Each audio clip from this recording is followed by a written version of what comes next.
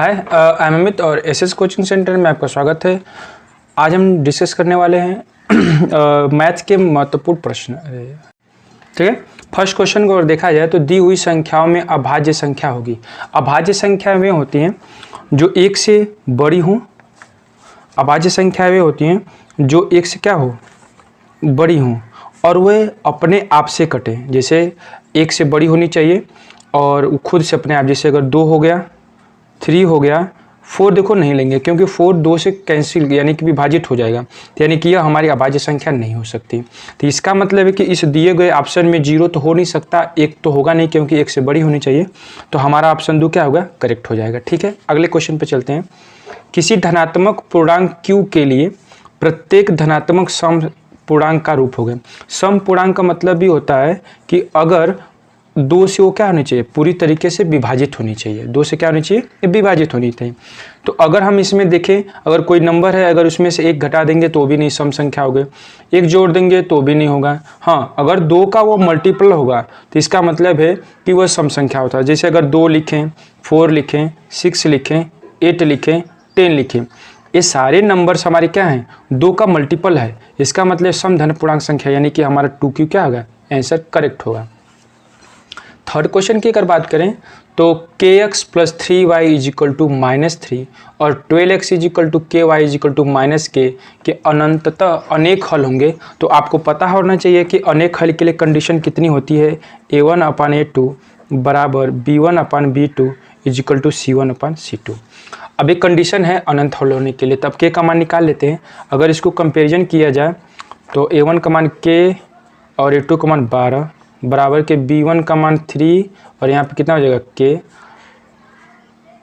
ठीक है, और यहाँ पे हो जाएगा 3/k।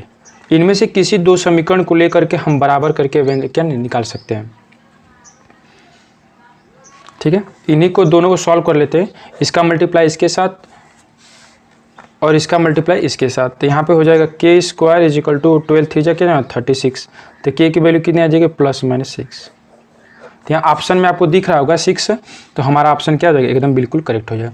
बस आपको एक कंडीशन याद रखनी है कि अनंत हल होने के लिए क्या कंडीशन, अनंत हल के लिए हमारी कंडीशन ही है a1/a2 b1/b2 और c1/c2। ये अनंत हल के लिए क्या है, कंडीशन है। ठीक है, अब इसके बाद अगला क्वेश्चन है कि यदि समीकरण 3x + 2y = 10 में y का मान अगर 5 है तो x का मान ज्ञात कीजिए। सिंपल सा क्वेश्चन है, हमें सिर्फ y के जगह पे 5 रखना है और x के वैल्यू निकालनी है।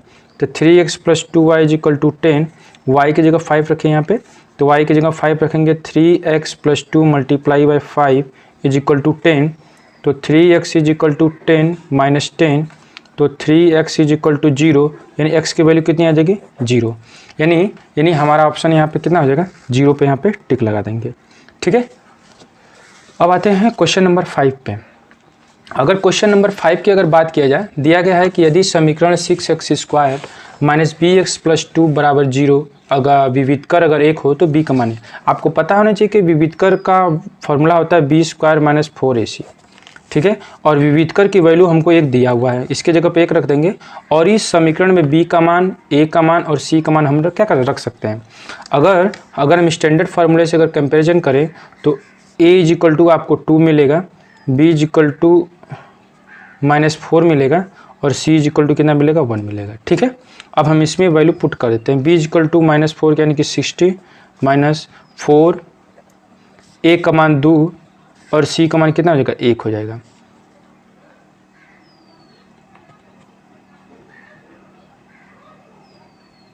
ओह सॉरी, हमें यहाँ पे ना स्टैंडर्ड फार्मूला से अगर कंपेरिजन करें तो 6x² - bx + 2 है ना, तो यहाँ पे a की वैल्यू कितना हो जाएगा, 6 हो जाएगी।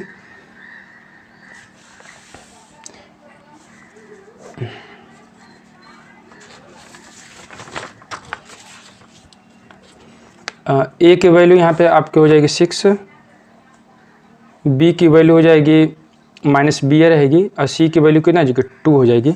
तो अब रख देते हैं b² - 4ac = 1। हमको दिया हुआ है विविधकर का फॉर्मूला, तो b की जगह -b है तो b² हो जाएगा 4, a का मान 6 और c का मान 2 = कितना हो जाएगा, 1।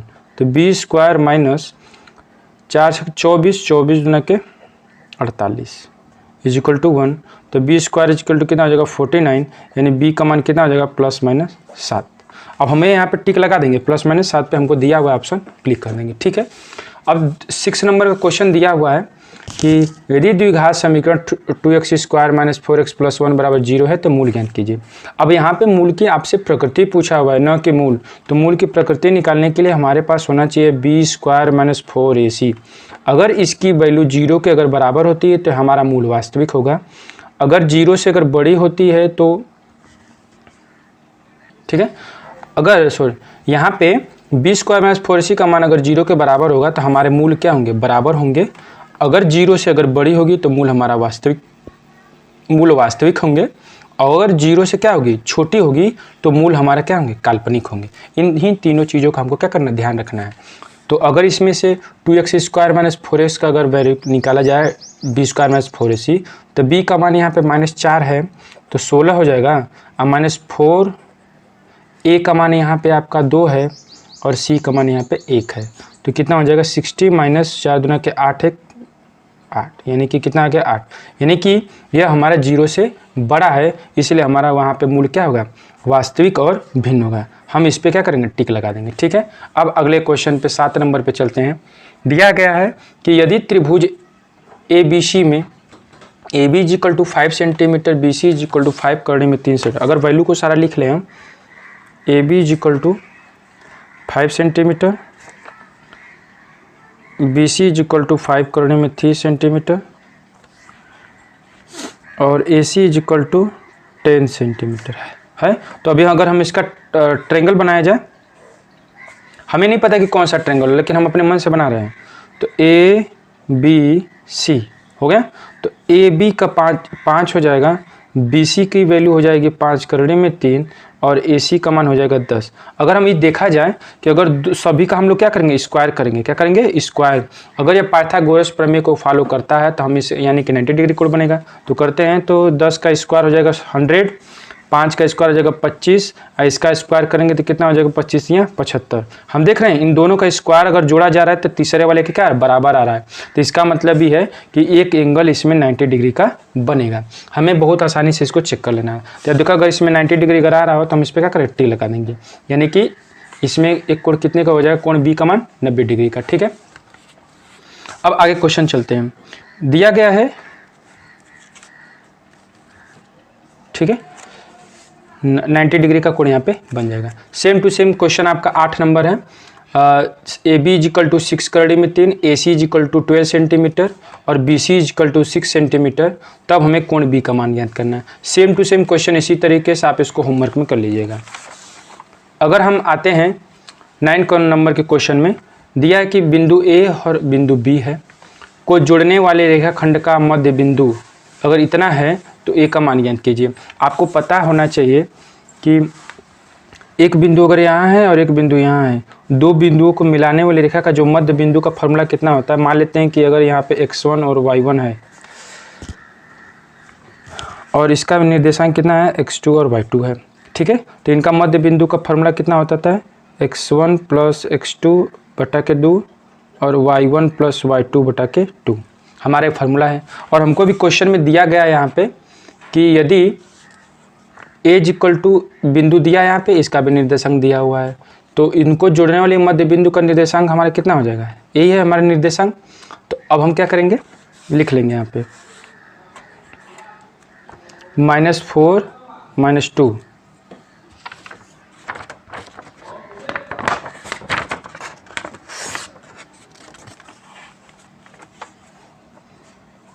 -4 2 और एक बिंदु हमारा 5 और 6 हो गया। अब इसी पर हम लोग क्या करेंगे, EX1 हो गया, EY1 हो गया, EX2 हो गया, और ये क्या हो गया, Y2 हो गया। मध्य बिंदु की दशा x = हमको पहले से दिया है, रखा है, तो 1/8 लिख लेंगे, और बराबर में कितना हो जाएगा 5 - 4/2, तो कितना हो जाएगा 1/2। अगर इसको कंपेरिजन करेगा तो A की वैल्यू कितनी आ जाएगी 8/2 यानी कि 4, यानी हमारा A का मान कितना हो जाएगा 4। अब इसमें A का मान देखो कहीं 4 है, इसमें टिक लगा देंगे, ठीक है। अब आते हैं 10 नंबर के क्वेश्चन पे। 10 नंबर में दिया हुआ है कि यदि बिंदु sin θ और cos θ - cos θ के बीच की दूरी आपको पता होना चाहिए कि दो बिंदुओं के बीच की दूरी का फॉर्मूला कितना होता है। d बराबर करड़ी में x2 माइनस के x1 का whole square plus y2 minus y1 का होल स्क्वायर। बस अगर हमको फार्मूला पता है तो बस वैल्यू रख देते हैं। ये हमारा हो जाएगा x1 और ये हो गया y1, ये हो गया हमारा x2 और ये हो गया हमारा y2। वैल्यू रख देते हैं। तो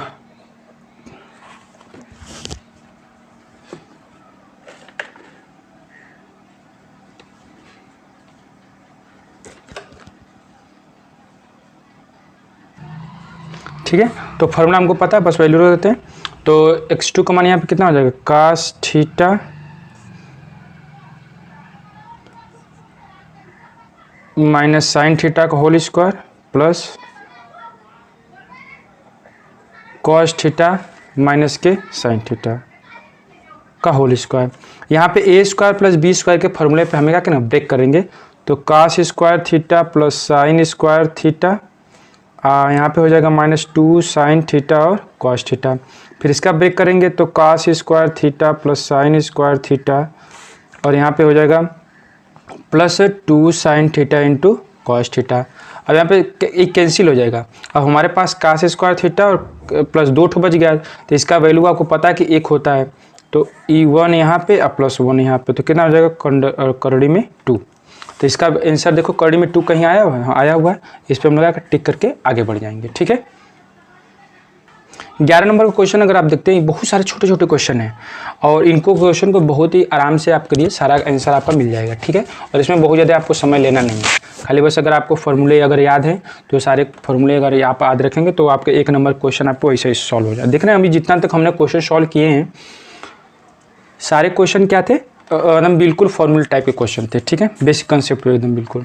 और यहाँ पे दिया है कि अगर यदि कॉसेक ए इक्वल टू सेक ए है तो हमें ए का मान निकालना है। और आगे कंडीशन भी दिया हुआ है कि अगर ए की वैल्यू 90 डिग्री से कम होनी चाहिए और 0 डिग्री से ज़्यादा। तो ये तो बात तय है कि यहाँ पे ए का मान 0 और 90 के बीच में ही होना चाहिए।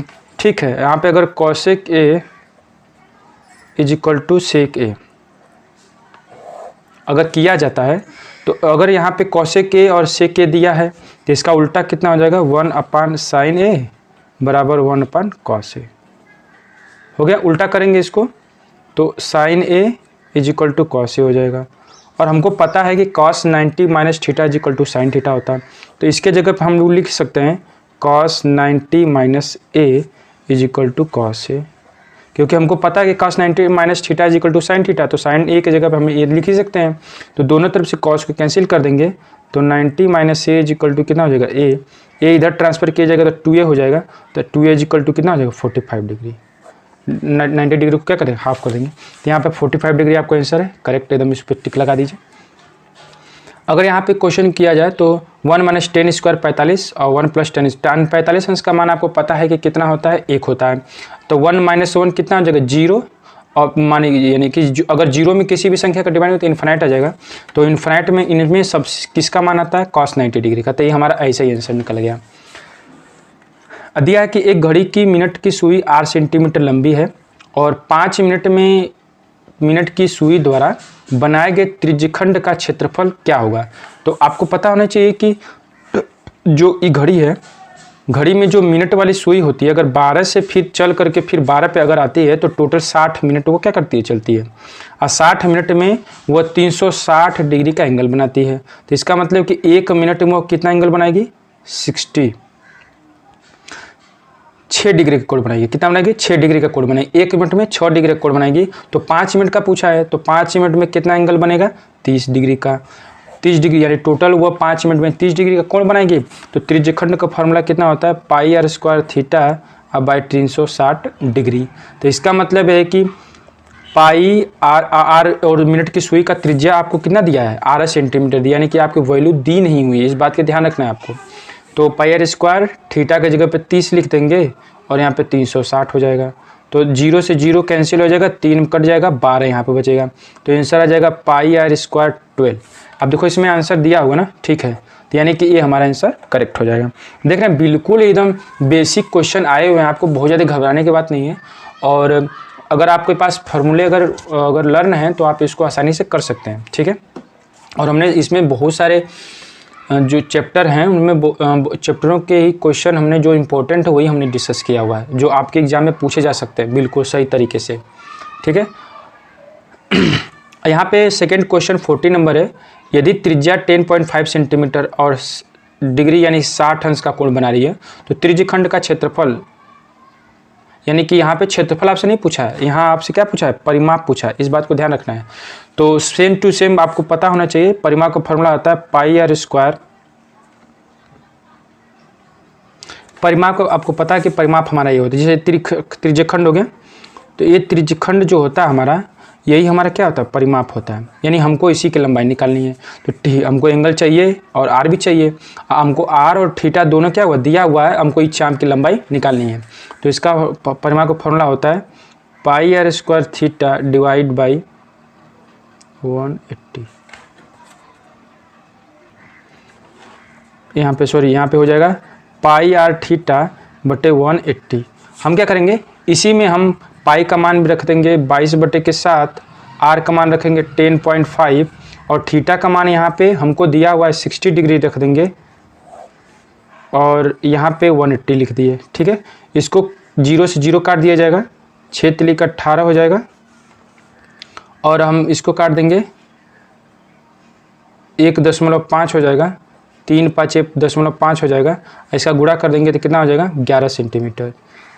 मल्टीप्लाई किया जाए 11 सेंटीमीटर, इसमें आपको ऑप्शन में दिया होगा 11 सेंटीमीटर, ये हमारा क्लिक हो गया। यानी आपको सिर्फ फॉर्मूले याद रखने हैं, pi r theta divide by 180 degree. अगर आपको ये फॉर्मूले याद है, सब पाई का मान भी दिया, आप पाई का मान आपको पता ही है, आर का मान दिया ही है, थीटा का मान रखेंगे 180 से, अपना सॉल्व करके 11 सेंटीमीटर ऐसा ला देंगे। 15 नंबर क्वेश्चन दिया है कि 15 सेंटीमीटर त्रिज्या वाले एक वृत्त के अंतर्गत खींचे जा सकने वाले सबसे बड़े वर्ग का क्षेत्रफल ज्ञात कीजिए। अगर हम 12 सेंटीमीटर त्रिज्या वाले की अगर बात करें, अगर हमारे पास अगर 12 सेंटीमीटर त्रिज्या का एक वृत्त बना दें, बन गया, तो इसमें सबसे बड़े बनने वाले वर्ग, यानी कि अगर एक वर्ग बनाया जाए इस तरह से, क्या बनेगा, वर्ग बनेगा। अब यहाँ से ये हमारा क्या होगा, इसका डायगोनल होगा और जो इसका डायगोनल होगा इसके व्यास के क्या होगा, बराबर होगा। अगर यहाँ पे 12 सेंटीमीटर तो 12 सेंटीमीटर यह भी हो जाएगा। तो इसका मतलब ये इसका साइड ए होगा। अगर ए भी ए, क्योंकि हमको पता है कि स्क्वायर में साइड क्या होते हैं, सारे इक्वल होते हैं। तो अब यहाँ पे पाइथागोरस प्रमेय लगा करके हम क्या करेंगे, इसके बराबर करके सबसे पहले साइड की वैल्यू निकालेंगे।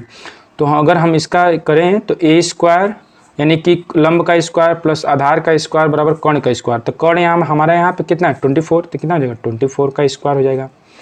ए स्क्वायर प्लस ए स्क्वायर मिल कितना हो जाएगा, 2a square is equal to 24 का स्क्वायर हो जाएगा। तो यहाँ पे ए स्क्वायर का वैल्यू अगर निकालेंगे तो 24 मल्टीप्लाई बाई 24 डिवाइड बाई 2 यानी कि 12 हो जाएगा। और ए स्क्वायर आपको पता होना चाहिए कि क्षेत्रफल होता है किसी भी स्क्वायर का। तो बस काम खत्म, अगर मल्टीप्लाई कर देंगे तो कितना हो जाएगा, 288 सेंटीमीटर स्क्वायर। अब यहाँ पे देखिए 288 सेंटीमीटर स्क्वायर, हम यहाँ पे टिक मार के चल जाएंगे आगे। हमको आगे दिया हुआ है कि cos स्क्वायर ए बराबर 121/2, तो साइन स्क्वायर ए का मान कितना होगा। आपको पता है कि 1/2 कॉस, अगर इस cos ए का वैल्यू निकालेंगे तो इधर जाएगा करड़ी में हो जाएगा, तो 1/2 हो जाएगा। यानी कि cos ए का मान 1/2 होता है, तो साइन ए का मान भी उतना ही होगा 1/2, तो इसका स्क्वायर भी क्या होगा, सेम होगा। तो यानी कि 1/2 आंसर हो जाएगा इसका। ठीक है, एक बेलन और शंकु की त्रिज्या, शंकु की ऊंचाई क्या है, बराबर है, और आधार की त्रिज्या भी क्या है, बराबर है। तो उनके आयतन का अनुपात याद कीजिए।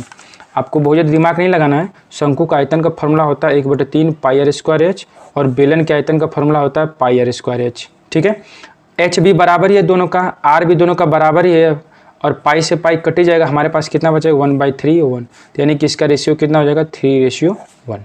ठीक है, अब इसमें ऑप्शन पर टिक लगा के क्या कर आगे बढ़ जाएंगे। यदि किसी शंकु की तिर्यक ऊंचाई 5 सेंटीमीटर और शंकु की त्रिज्या 3 सेंटीमीटर, तो शंकु की ऊर्ध्वाधर ऊंचाई होगी। देखिए इसमें सब कुछ दिया नहीं है, बहुत आसान क्वेश्चन है। तिर्यक ऊंचाई यानी कि यल का मान आपको दिया हुआ है 5 सेंटीमीटर। ठीक है, और शंकु की त्रिज्या कितना दिया हुआ है, आर यानी कि 3 सेंटीमीटर। तो अगर शंकु अगर बनाना चाहें आप, इस तरह से फिगर बनता है, त्रिज्या दिया है और लंबाई एल दिया हुआ है, और आपसे क्या एच पूछ रहा है, तो ये पाइथागोरस प्रमेय लगा के निकाल देंगे। तो यानी कि एच का स्क्वायर इज इक्वल टू हो जाएगा एल का स्क्वायर माइनस के आर का स्क्वायर। तो कितना हो जाएगा 25 माइनस के 9 तो कितना हो जाएगा 16, यानी कि H square is equal to 16, तो एच का मान कितना हो जाएगा 4 सेंटीमीटर। ऑप्शन में देख लीजिए 4 सेंटीमीटर आपके दिख रहा होगा, तो यानी कि 4 सेंटीमीटर टिक लगा देंगे। बहुत बेसिक क्वेश्चन है सब। अब दिया है कि 1 से लेकर 10 तक की धनात्मक सम संख्याओं का समांतर माध्य निकालिए। और समांतर माध्य का फॉर्मूला आप सभी को पता होना चाहिए कि सभी संख्याओं का कुल योग बटे की कुल संख्या, यही हमारा फॉर्मूला होता है समांतर माध्य का। तो इसमें तो हमसे बस इतने पूछा है कि 1 से लेकर 10 तक धनात्मक सम संख्याओं का समांतर माध्य होगा। तो धनात्मक सम संख्या का समांतर माध्य का मतलब होगा, गिनना चालू करें, 2 4 6 8 और 10 तक है तो 10 होगा ही। सबको जोड़ करके 1 2 3 4 5 से क्या कर देंगे, डिवाइड कर देंगे, तो कितना हो जाएगा 4 2 6 और 6 6 12 8 20 10 30 और 30 बटे कितना हो जाएगा 5, यानी कितना हो जाएगा 6। अगर आंसर में 6 दिया है, टिक लगा के आगे बढ़ जाएंगे। अब दिया है लास्ट का 20 क्वेश्चन कि निम्नलिखित आंकड़ों का बहुलक क्या होगा। निम्नलिखित आंकड़ों का बहुलक क्या होगा। तो अगर यहाँ पे देखा जाए कि आंकड़ों का बहुलक होगा, तो हमको पता है कि बहुलक का मतलब होता है कि जो भी अगर हमको जो डेटा दिया गया होता है, उस डेटा में जिसकी वैल्यू जो वैल्यू हमको ज़्यादा दिया रहता है वही हमारा बहुलक कहलाता है। तो आपको तो खुद देख करके आंसर पता कर लेना है जिसमें बहुलक कौन है। तो 38 38 38 3 टाइम्स आया हुआ है, यानी कि यहाँ पे 1 38 38 3 टाइम्स आया हुआ है। और 90 कितनी बार आया, 1 और 2 बार। और 25 ये भी कितना बार आया, 2 3 बार आया, 1 2 3 ये भी आया हुआ है, और बाकी कोई नहीं आया हुआ है। ठीक है, तो यानी कि अगर ऑप्शन में अगर आपको 38 दिया हुआ है तो हम क्या करेंगे, 38 पे टिक लगा के आगे बढ़ जाएंगे। ठीक है, तो एक क्वेश्चन हमारे थे जो आपके बोर्ड के एग्जाम में बहुत इंपॉर्टेंट क्वेश्चन भूमिका निभाने वाला है। तो इस चीज़ को रिवीजन कीजिए और चैनल को लाइक और सब्सक्राइब कीजिए ताकि आपको आने वाली वीडियो आपके पास सही समय पर पहुँचे। ठीक है, कल संडे है तो आपको अगर चाहें तो लाइव क्लास अटेंड कर सकते हैं मैथ का रिवीजन के लिए। तो आप देखना ना बोलें, मैं डिस्क्रिप्शन में आपको लिंक भेज दिया जाएगा। ठीक है, तो बस आज के लिए इतना ही। Thank you.